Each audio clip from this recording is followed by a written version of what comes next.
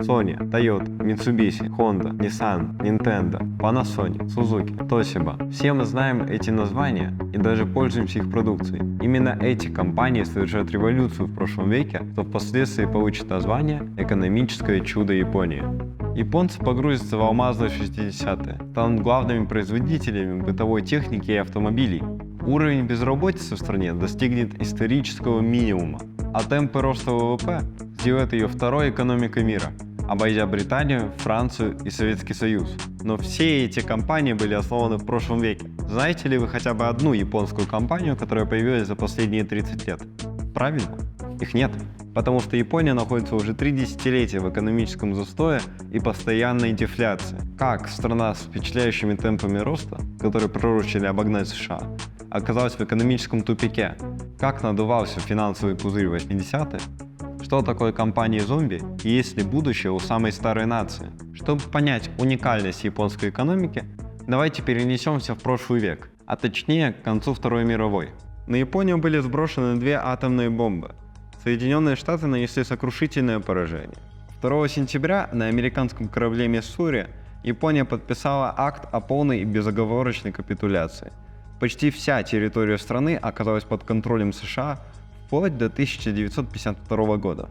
Этот брутальный мужчина с трубкой – генерал Дуглас МакАртур. Именно он совместно с правительством заложил предпосылки экономического чуда путем проведения успешных реформ и демилитаризации страны. Производством, которые раньше работали на нужды войны, такие как Mitsubishi, Kawasaki, Toshiba и Panasonic, пришлось перестраиваться под гражданские нужды. Это позволило стране оправиться от войны и занять население. Однако бурный рост начинается в 50-е годы, когда Соединенные Штаты начинают закачивать экономику Японии деньгами и размещать свои заказы на их заводах. Зачем, казалось бы, поддерживать страну, которая совсем недавно была заклятым врагом? Ответ – холодная война. Давайте взглянем на карту азиатского региона того времени. В Китае власть захватывают коммунисты, Корея разделена на 2 части, и Северная Корея при поддержке Советского Союза начинает войну против Южной. На юге распространяется движение коммунистов. И для того, чтобы оказать сопротивление Советскому Союзу и Китаю, США вступают сперва в Корейскую войну, а уже в 60-х вторгаются во Вьетнам. И Япония отлично подходила на роль союзника, где можно было разместить свои военные базы и производить необходимую продукцию. Это было намного дешевле, чем везти через океан. Япония получала большие доходы от выполнения американских военных заказов. Американцы опасались, что сама Япония присоединится к социалистическому лагерю, поэтому подписали с ней мирный договор в 1951 году, согласно которому Япония отказалась от собственных вооруженных сил, предоставляя все обязанности по своей защите американцам, но при этом возвращаясь в мировое сообщество на правах его полноценного члена. По сути, теперь штатам было выгодно, чтобы население страны развивалось и росло производство. Поначалу качество японских товаров вызывало насмешки у Запада. Фраза «сделано в Японии» означала плохое качество. Примерно то же самое, что означает фраза «сделано в Китае». Однако японцы смогли быстро перестроиться и обучиться. В Японию были направлены лучшие специалисты для проведения экономических реформ и обучения населения. Таким образом, к концу 60-х годов сложилась надежная основа для широкомасштабного экспорта и вхождения Японии в систему мировой торговли. Еще одной причиной стремительного развития стало снятие запрета Конгрессом США на продажу передовых технологий японским компаниям. Это впоследствии сыграет злую шутку с американцами. Японцы стали активно приобретать в Америке и в Европе лицензии и патенты и умело внедряли их в свое производство. И дело не ограничивалось простым копированием материалов и товаров. Они допиливали и докручивали технологии так, что их продукция становилась лучше по качеству и дешевле по цене. Это японский истребитель Mitsubishi F2, который является копией американского F-16. Как следствие, японские товары стали вытеснять продукцию американских и европейских компаний с их собственных рынков. Нагляднее всего это видно на этом графике. Продажи автомобилей в США 1970 год. Но уже в 1985 году в этом списке уже 5 японских компаний, и занимают они аж четверть рынка. Это было не только с автомобилями. Японцы производили всю бытовую технику – телевизоры, плееры, фотоаппараты, микрочипы, нефтехимию, радиоэлектронику и даже грузовые суда. Постепенно, из-за дешевизны и хорошего качества, японские товары заполонили западные рынки, вытесняя их же продукцию. Результатом стало то, что Япония заняла роль ведущей промышленной державы мира. Темпы роста экономики побили все рекорды и составили 10% ежегодно. К примеру, ВВП страны в 1965 году составлял всего 90 миллиардов долларов, а через 15 лет уже 1 триллион. Это позволило государству вложиться в инфраструктуру, улучшить качество жизни людей, как в городах, так и в отдаленных районах страны. И это на самом деле было чудом. За такой короткий период из страны, разоренной войной, превратиться в мирового лидера и занять почетное звание второй экономики мира. Японцы были счастливы, но здесь были и те, кто был недоволен такой ситуацией. Это американцы, которые, между прочим, сами и помогли достичь таких результатов. Открыв свой и европейский рынок для японских товаров, они создали себе могучего конкурента, который мог пошатнуть гегемонию США. Большинство экспертов в области экономики предсказывали, что США навеки утратили свое мировое лидерство и уступили его Японии.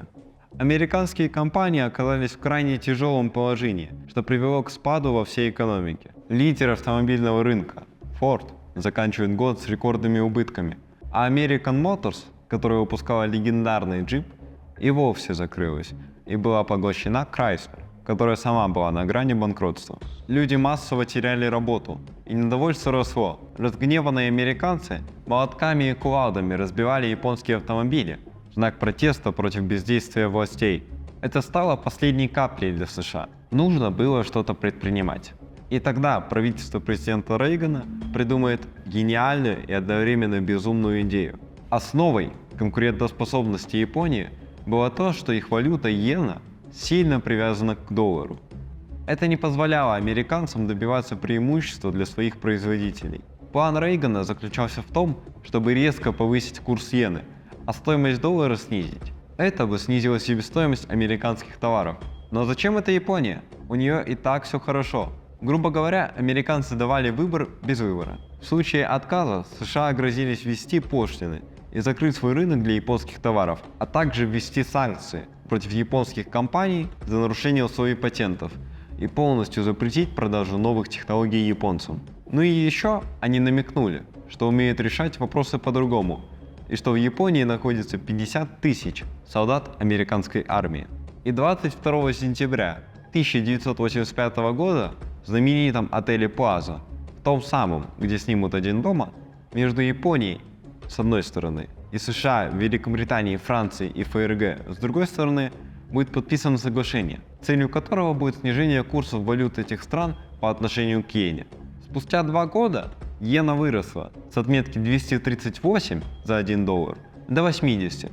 Как и предполагалось, это привело к росту конкурентоспособности американских и европейских товаров, что в свою очередь стало постепенно снижать объемы экспорта из страны восходящего солнца. Однако тут были и плюсы. Повышение курса иены резко повысило уровень жизни японцев и дало возможность им с легкостью покупать любые товары в любой стране мира. Японцы получили взрывной рост благосостояния. Они стали гораздо больше путешествовать, смогли позволить себе ранее недоступные покупки. Словом, с удовольствием обнаружили массу плюсов в жизни обладателей больших денег. И тогда японцы начнут жировать. Вот несколько любопытных фактов из тех лет. Sony выкупит американскую Columbia за $3,4 миллиарда. Картину Ван Гога купят японские богачи за $40 миллионов, побив предыдущий рекорд в 3 раза. Они поставят рекорд по самой высокой цене, заплаченной за бриллиант – $6,4 миллиона, а дадут почти 6 миллионов за книгу. Повышение курса иены обесценило кредиты, поэтому Центральный банк снизил процентную ставку в 2 раза, в надежде, что компании будут инвестировать в производство. Кредиты выдавались сроком до 100 лет, однако это привело лишь к увеличению спроса на недвижимость, а вслед за ним росла ее цена. В 1991 году недвижимость в Токио стоила более чем в 40 раз дороже, чем аналогичная недвижимость в Лондоне. На пике бума цена за 1 квадратный метр в токийском районе Гинза доходила до $1 миллиона. Не за квартиру, а за 1 квадратный метр. Общая стоимость недвижимости в Японии оценивалась в $20 триллионов, что было в 5 раз больше, чем в США. То же самое происходило и на фондовой бирже. Акции скупали в кредит В залог ставилась недвижимость, предметы искусства или те же акции. В общем, все происходило по классической схеме надувания пузыря. Кстати, о пузырях. Знакомьтесь, это Нуи Оноэ, или, как ее позже прозвали, женщина-пузырь. Она была официанткой, позже став владельцем ресторана. Так вот, она занимает $3 миллиарда для того, чтобы спекулировать на фондовой бирже. 3 миллиарда. Нуи получила известность благодаря умению очень точно предсказывать поведение фондового рынка. Люди, которые к ней прислушивались, мгновенно богатели.